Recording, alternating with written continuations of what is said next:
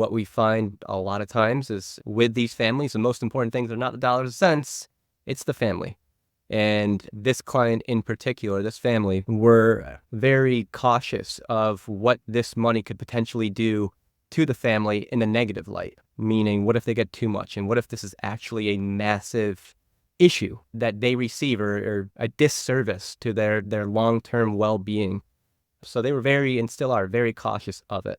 And while working with us and talking about, well, what's the most appropriate way to build out the estate plan in a thoughtful way that you're not ruling from the grave, but you do have strings attached to have control over the way that their children receive, accept, and we like to call it great stewards of wealth. They have a massive responsibility when inheriting this type of wealth, and we talked about it. Well, what does that actually look like to have an appropriate steward or wealth, and help them learn what that is over time?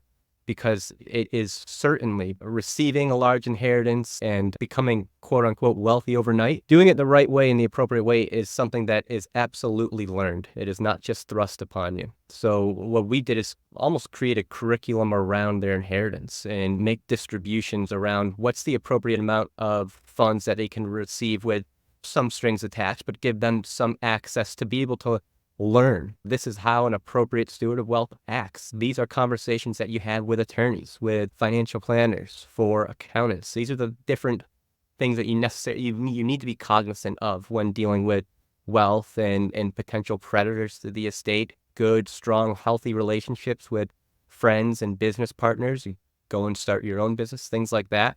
And I guess the reason that we spent so long is that this family we're working with, their children were in their teens. And mom and dad are healthy in their 40s, 50s. They have a long runway. But you have to plan for the what ifs that, God forbid, their day is tomorrow and these children receive massive amounts of wealth early. We need to create something that the parents feel extremely confident in, that will create a really cohesive, thoughtful manner for the way that their kids receive their funds and do great things with them and not create more family issues. What would have happened if they never had the money? Unless you have very detailed, open conversations with the clients themselves on what they envision their passing of assets looks like and what their fears potentially are with that and what they'd like to see and what their end goal for their beneficiaries would be, how else are you going to get those really detailed conversations and outcomes that they're looking for? It's only coming through long conversations about what is possible.